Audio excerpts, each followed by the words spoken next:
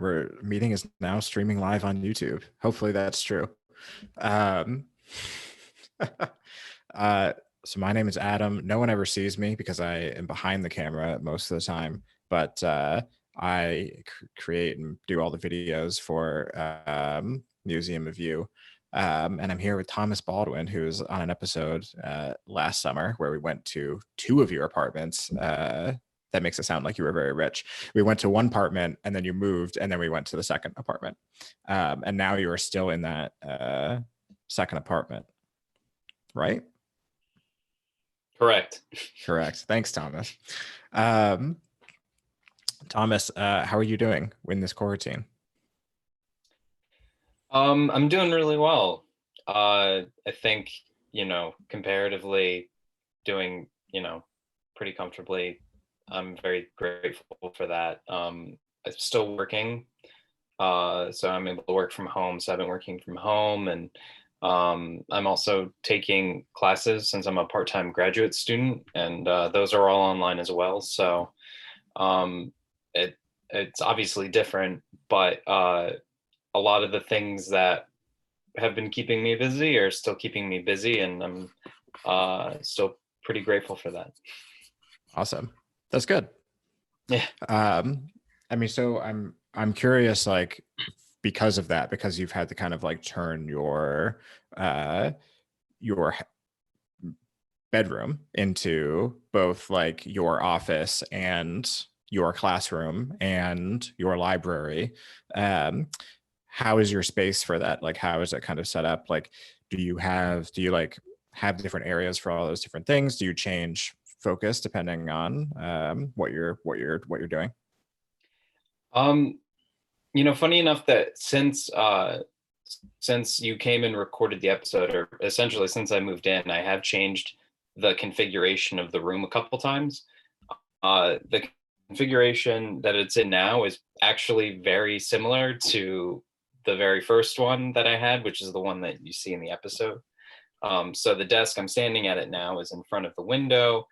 The bed is in the far against the far wall, and I do spend a lot of the day in here just because it's a nice sort of workstation.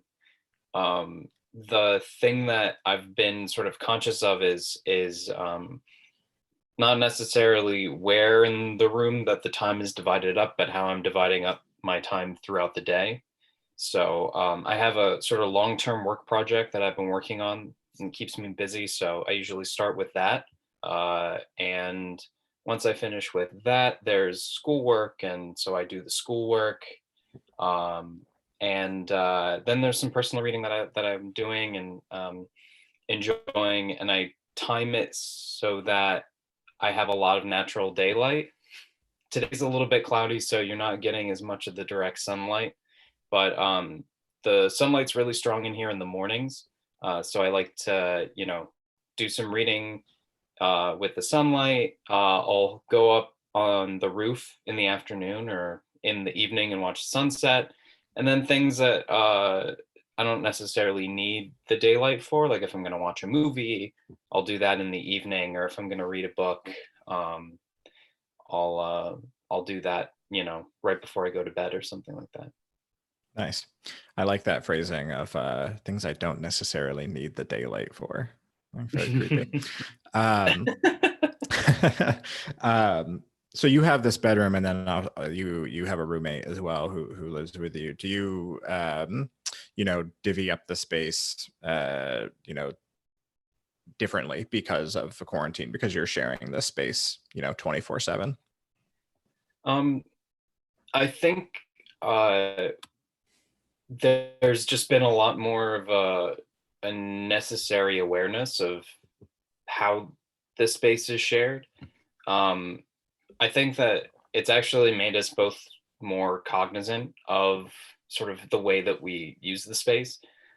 So, I think that something we've both done a lot is like cooking. Obviously, we're making all of our own meals, and but doing the dishes like pretty promptly, um, being considerate or sort of knowing what the other person is planning on doing roughly, so that we're not both like trying to use the same pans, or maybe not even cooking or doing meal prep at the same time.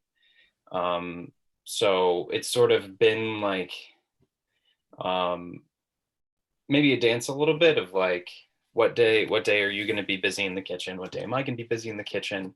But it is kind of nice because, uh, like I said, I work in here mostly, but I do try to have my meals out in the kitchen. So we'll sit together at the kitchen table and eat our meals there.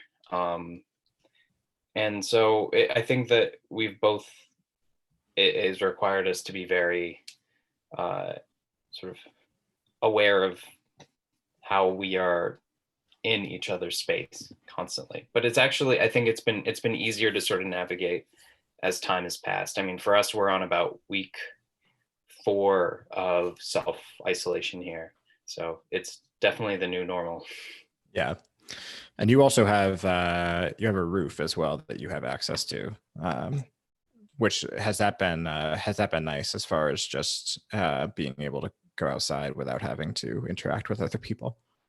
Yeah, it's been really wonderful. The Yeah, it's not, I don't know if I'm supposed to go up there, but but I can, and it's nice because there's a view of downtown Manhattan, the financial district. If you sort of stand in one location, and then if you stand in another location, you can see the sunset and you can see the Statue of Liberty.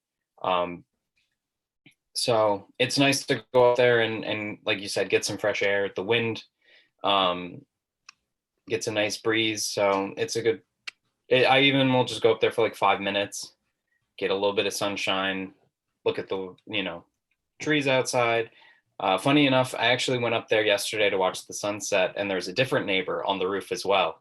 And we were both, I think, pretty surprised to find somebody else up there. Do But you social distance from your neighbor I appropriately? did. She was gonna shake my hand, but I was like, oh, that's good to meet you. Don't do that. Yeah, kind of. Um, and then once we said hi, I went sort of on another part of the roof. And gave her space. But I think it was interesting because it was a rupture of that social distancing, but it didn't occur on the street, which I feel like was maybe what. Oh, sorry. My cat just grabbed a little like plastic tie. I'm gonna just grab it out of her mouth real Yeah, quick. yeah, yeah. Go for it.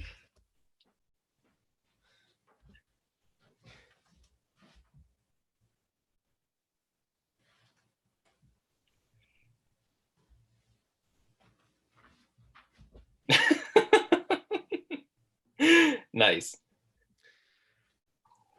That's live TV. You can't script that. You can't script No. that. Um, this I don't know if I told you this story, but so I was recording remotely for that podcast project, and um, right at the end of one of the sessions, there was a giant bee like behind me in like the window, and Ray was in here, and she was like obviously trying to kill it. And I'll just send you the audio of like me doing like the play by play of what was going on. Um, so as far as like going outside besides your roof, how often are you going out regularly for exercise? Are you just going out for essentials? Like what's your deal? I've been going out for essentials as little as possible. I did a big grocery run this weekend. We've started ordering food delivered to the apartment, I think starting next week. Um, the only other thing I think I've done is I've dropped off laundry at the laundromat around the corner. But I have been going out regularly to run, which has been really, I not usually, I like running. I don't like running that much, but I think I like running a lot more just because it is like the thing that gets me out of the apartment. Um, and It's been an excuse to sort of explore parts of the neighborhood that I haven't before. So I live in Carroll Gardens, and on the other side of the Brooklyn Queens Expressway is Red Hook. And so I was originally running north towards downtown Manhattan along the Columbia waterfront district or whatever it's called. But a lot of people run that, especially because it has like a bike lane, and it's closer to, I think, more residential areas. So in a desire to better social distance, I'm actually now running the opposite direction, uh, which is more. I mean, it's somewhat residential, but it's more industrial, some more warehouses. It's past the Brooklyn container terminal, so not necessarily as much foot traffic as running north. But in this case, that's an advantage. And Yeah. yeah, I've been exploring, some of the neighborhoods down there. I actually ran all the way to Sunny's, which is a bar that we've been to in Red Hook, and back to my apartment yesterday. So That's far. yeah, it was a little over 3 miles. So I'm not running huge distances right now, but I'm hoping that by the end of the summer, I'll be running more regularly and further distances. So out of curiosity, I'm wondering, how has actually just being in your space for almost the entire day, basically anywhere between 22 and 24 hours a day, changed your perception of the space, of how you're using it, anything, just kind of like any discoveries there. Um, I think that one thing that I've noticed is that I had uh, the that's a good question. A thing that I've been thinking about a lot is what I wish that I had, or how I wish I could maybe change the space to make it more comfortable, to make it more sort of cozy, or um, but that was, I think, a reaction that I had at first, where I was like, if I'm going to be here for a really long time, all the time, I got to make it like, now's my chance to sort of design it to be exactly what I wanted it to be. So like get, new sheets, new comforter. What is a gravity blanket? Do I need one? Should I buy one? Um, and I think that it's also sort of a desire to feel secure by shopping or consuming. I think it's a reaction a lot of people have had. So after I recognized that, and I sort of recognized that I actually really am like pretty comfortable in the space now, and you know, I don't. I've recognized that longer I've been here that there's actually a lot of stuff that I don't necessarily need. Um, and like, just like additional things, like I have way more towels than I even use in a single like laundry cycle or two laundry cycles. So, can I donate them to a shelter? Are there other things that I can get rid of, and therefore like free up space, or in a way make it more comfortable by having it less cluttered? So that has been something that's changed the longer I've been here. It's sort of a feeling of like, oh, I actually have everything that I need to be comfortable here, and maybe more than I need to be comfortable here. Totally. That's definitely, I think that idea of like buying things to like feel better is definitely true. Uh, Although, what was I gonna say? Oh, you did start a new hobby, right? Of baking bread. Yeah. I've been trying to cook healthy since my ability to go out and do things and exercise is somewhat limited. But also viewing it as an advantage or an opportunity to try things I haven't before. So honestly, inspired by my roommate who's been making bread and making more of it than I have, I was like, oh, I should give it a shot. So we've both been making our own breads, him more successful than mine, but I've done about 3 loaves now, and the third one was a huge improvement from the first two. So Awesome. yeah. Mail me some of that bread. Yeah, I'll send you a slice. Um, all right. Last question. before I Mhm. let you go on with the rest of your day. Um, if you could pick, like, or not even if you could pick, but is there one item that you have that is bringing you like a lot of comfort that you have like in your space? You know, uh, yeah, anything that's just bringing you comfort. Um,